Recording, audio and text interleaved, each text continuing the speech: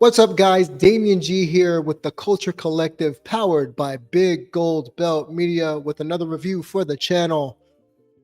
I gotta be honest, I didn't want to like the Mighty Nein. I really didn't.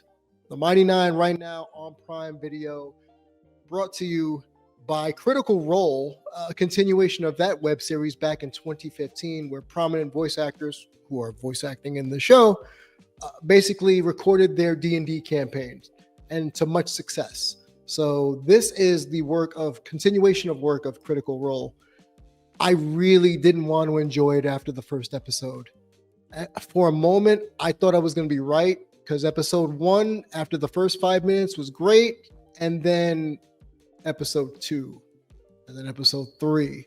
And this is one of those things where when anime folks tell you it gets better, in my opinion, it did get better, because after those first 3 episodes that dropped on November 16th, I started going deeper into the show, and I gotta say, I'm glad I was wrong.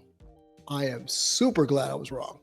Right off the bat, the show itself is the living embodiment of Dungeons and Dragons meets almost an anime fight scene, or an anime that is just happened to be in that time period, or as I like to call it, it's like an RPG from the PS2 era.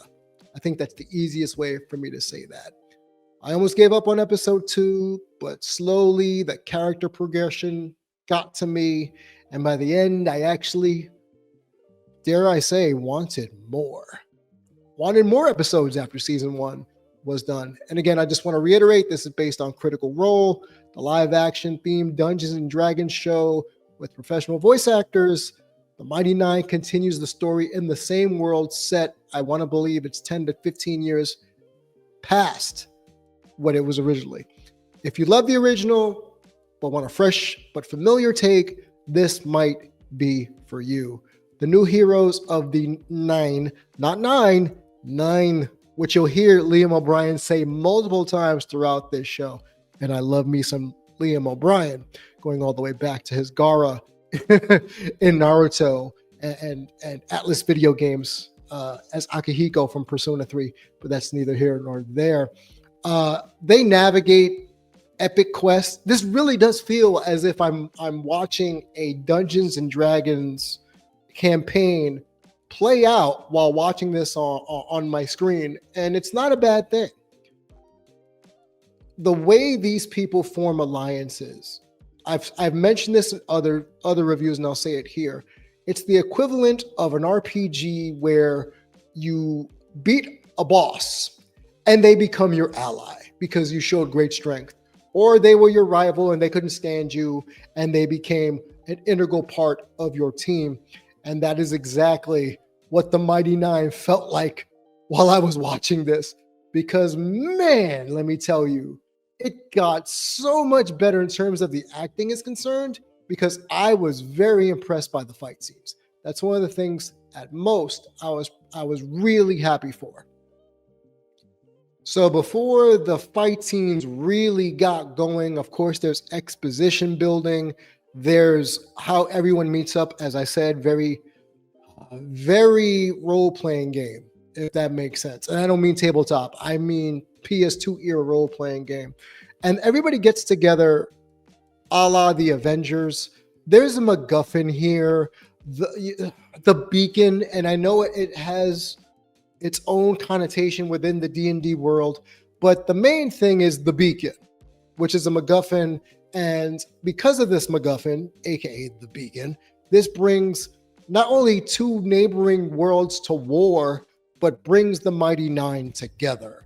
And sure, everybody needs something to go save the world about. If you watch the opening intro, you're going to see literally the main characters get together before we've even seen them get together on screen. So just picture the MacGuffin being the thing that everybody wants, like the Infinity Gauntlet, to either take over the world, save the world, or what have you. So it's very Avengers-ish, and that's okay, and that's fine for me. But I will say, it didn't deny each character with their development.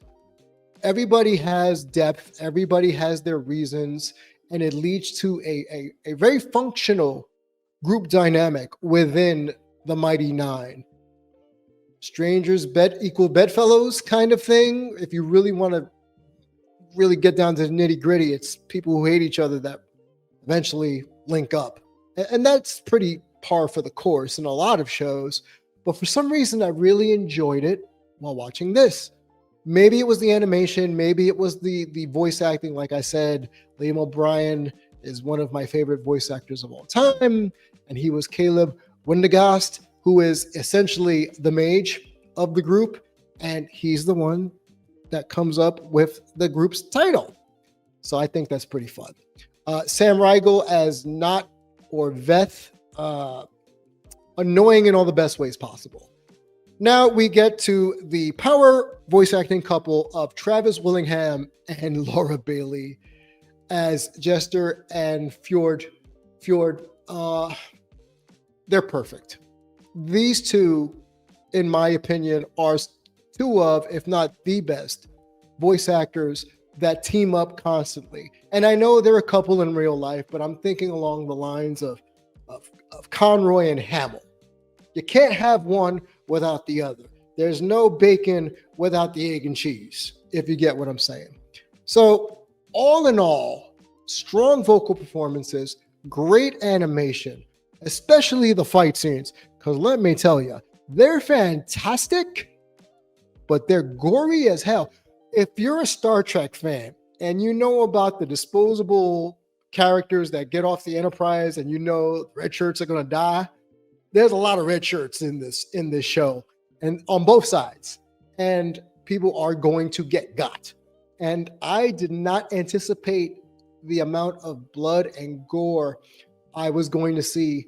And I've realized lately that a lot more animated shows are leaning into more adult themed, and that's okay, right? I know there's some people who don't like it, and that is completely understandable, but it just made the visuals that much better, in my opinion. So animation, great. Fight scenes, great. Now here is the little problem that I have with the Mighty Nein, aside from the slow pacing at the beginning of the show. The main villains are one note, and that note is flat.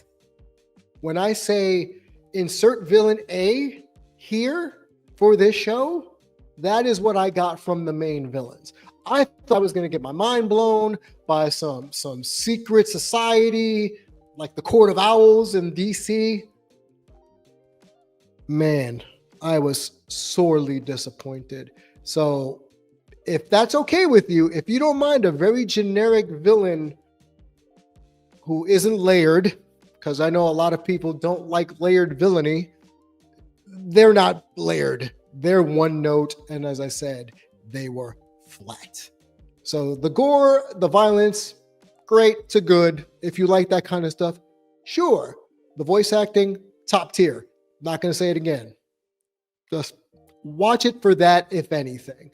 But watching the whole thing play out, for me, it felt as if it was a real life role-playing game, not just the video games, like I said, a PS2 rendition of a RPG circa Final Fantasy X, or actually playing a tabletop role-playing game. Yes, everybody had a job. Everybody has a trope. There's a mage. There's a monk. There's the fighter. There's all these tropes that you see in fantasy and Dungeons and Dragons in general. And that didn't even deter me from watching it all the way through.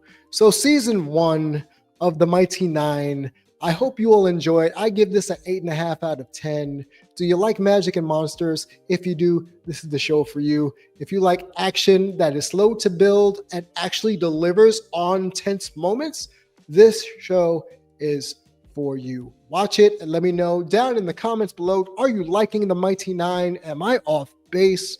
Here, Damien G on behalf of Big Gold Belt Media, the Culture Collective.